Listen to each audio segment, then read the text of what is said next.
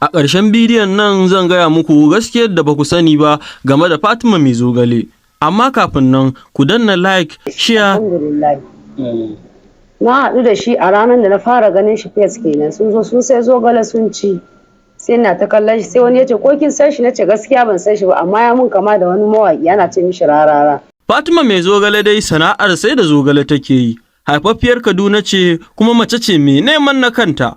Duk da cewa akwai dubban mata wanda suke sana'a irin tata, kama daga sai da garau-garau sai da abinci har da ma zogalen ita ɗin ta musamman ce. A cewarta shi ne ta samu ɗaukaka ne yayin da ta haɗu da mawaƙi Rarara. Rarara ya dawo daga aiki sai ya tsaya a hanya ya sayi zogale. 'Yan kwanaki bayan haka sai Fatima Mai Zogale ta ce sai dai waƙa ta ji kawai a kanta tana tashi a gari. Ko da fitowar waƙar ma ta gamu da ƙalubale da hassada iri-iri, kuma kun san fa an ce hassada taki ce, sai hakan ya ƙara ɗaga ta. To kamar yadda na alƙawari zan bayyana muku gaskiyar labarin Mai Zogale a ƙarshen bidiyon nan. Ɗaukaka da nasara da take samu a rayuwa Allah ya yi kawai lokacinta ya yi.